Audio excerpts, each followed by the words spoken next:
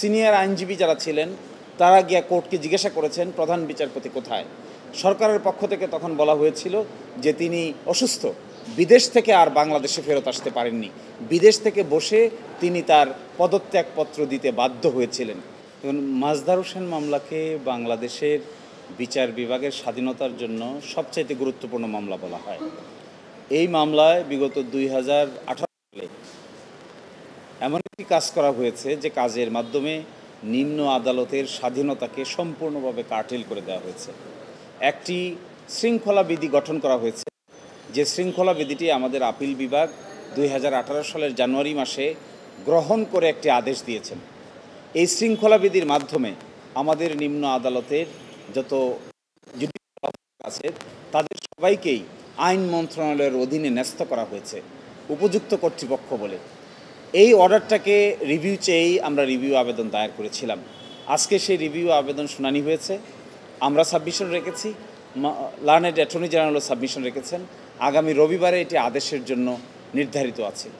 এই শুনানিতে আমরা মূল কথা বলেছি যে প্রক্রিয়ার মাধ্যমে তখনকার দিনের বিচার বিভাগের উপরে অ্যাসল্ট করে, অ্যাটাকিং অর অ্যাসল্টিং দি বিচার বিভাগ, যে প্রক্রিয়ার মাধ্যমে তৎকালীন প্রধান বিচারপতিকে দেশ থেকে বিদেশে পাঠিয়ে দেওয়ার পর এই শৃঙ্খলা বিধিটিকে অ্যাকসেপ্ট করা হয়েছিল অ্যাক্টিং প্রধান বিচারপতির নেতৃত্বে, যেখানে 9 জন বিচারপতি আগে ভিন্ন আদেশ দিয়েছিলেন, সেখানে পরবর্তীতে প্রধান বিচারপতির রেজিগনেশন এবং নতুন অ্যাক্টিং বিচারপতি অ্যাপয়েন্টমেন্ট দেওয়ার পরে 5 জন বিচারপতির মাধ্যমে সেই শৃঙ্খলা বিধিটিকে গ্রহণ করে ফেলা হয়েছিল। অথচ সেই শৃঙ্খলা বিধি ছিল আমাদের অধস্তন বিচারকদের জন্য সবচাইতে বেশি অন্যায়, অবমাননাকর, অমর্যাদাকর এবং তাদের স্বাধীনতার পথে সবচাইতে বড় বাধা। কারণ তাদের বদলি, তাদের পদোন্নতি, তাদের ছুটি, তাদের শৃঙ্খলা সব কিছুই আইন মন্ত্রণালয়ের হাতে ন্যস্ত করা হয়েছে। এই অর্ডারটি রিভিউ চেয়েই আমরা আবেদন করেছিলাম। আজকে শুনানি হয়েছে।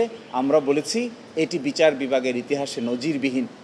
আমরা এটাও বলেছি যে বিচার বিভাগকে ব্যবহার করে তৎকালীন সরকার বাধ্য করে যে আদেশ দিতে বাধ্য করেছেন, এটি অনিবার্যভাবে দ্রুত রিভিউ করা প্রয়োজন, পুনর্বিবেচনা করা প্রয়োজন।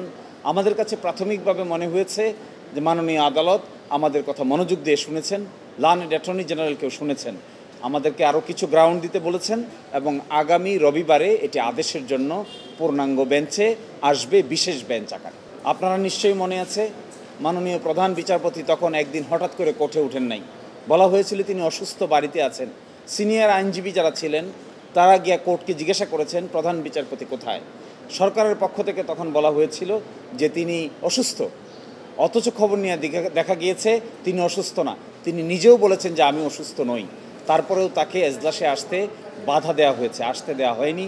তিনি বিদেশে গিয়েছেন, বিদেশ থেকে আর বাংলাদেশে ফেরত আসতে পারেননি, বিদেশ থেকে বসে তিনি তার পদত্যাগপত্র দিতে বাধ্য হয়েছিলেন। আমরা এটাও বলেছি তারপরেই এই শৃঙ্খলা বিধিটিকে অ্যাকসেপ্ট করা হয়েছে। এই প্রধান বিচারপতির বিদায়ের পর অ্যাক্টিং প্রধান বিচারপতি বানিয়েছিলেন একজনকে, বাধ্য করে তাদেরকে দিয়ে এই আদেশটিকে অ্যাকসেপ্ট করানো হয়েছে।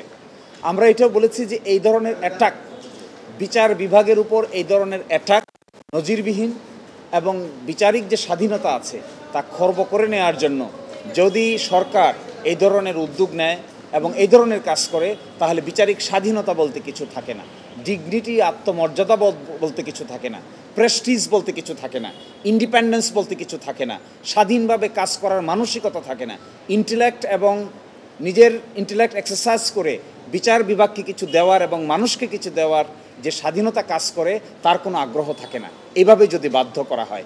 এই জন্যই এই ডিসিপ্লিনারি রুলসটাকে আমরা এই থেকে মুক্তি চাই, আমাদের নিম্ন আদালতের বিচারকরা মুক্তি চায়, সুপ্রিম কোর্টের এই আদেশ এর থেকে আমরা মুক্তি চাই এবং একই সাথে হাইকোর্টে 116 অনুচ্ছেদ নিয়ে যে শুনানি হয়েছে সেটি স্বাধীনভাবে হবে। আজকেও আছে 2টার সময়, সেই শুনানিও আমরা করতে চাই।